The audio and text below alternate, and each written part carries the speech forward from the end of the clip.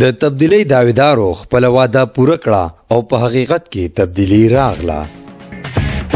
تبدیلی نہیں رہی، تبدیلی آ گئی ہے.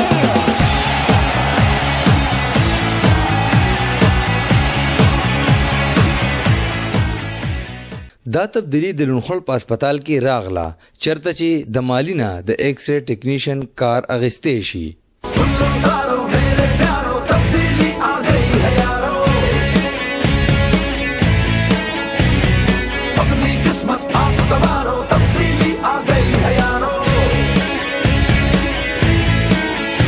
آیا په دې ایکس ری به ډاکټران اعتبار کولی شي او کنه؟ بہت ہو چکی بےمانی، بہت ہو چکی. دا مالی لسم پاس هم نه دی او 14 ګریډ ایکس ری ټیکنیشن په ځای کار کوي.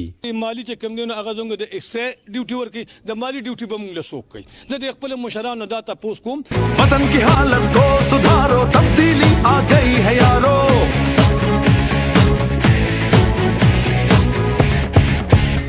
دا مالی په خپل خوله اعتراف کوي چې د سټاف د نشوالي له وجې زه اعلی چارواکو په دې کار لګولی یم. زه مالی ما خو ما باندې دلته کې مطلب ایمرجنسي ډیوټي هم کوي، دلته کې مطلب ټیکنیشن هم د دې ایکس رے اټینډنس نشته. زه په خپله باندې دا چلوم. جی دا د منسټر په خولې باندې هم کې شوی دی، لکه هغې ورته هم ویلي وو، ما ته یې وویل چې دا متعلقه افسر هم ستا ذمهوار دی او دا ډیچوم په لحاظه تاسو به دا چلوئ. بل اړخته مریضان د ډاکټرانو د نشوالي له وجې فریاد کوي او دوايانې د بهر نه راوړي. او ډېر کم دی، د سټاف ډېر د مریضان د ډېر سخت مشکلات دي که نه.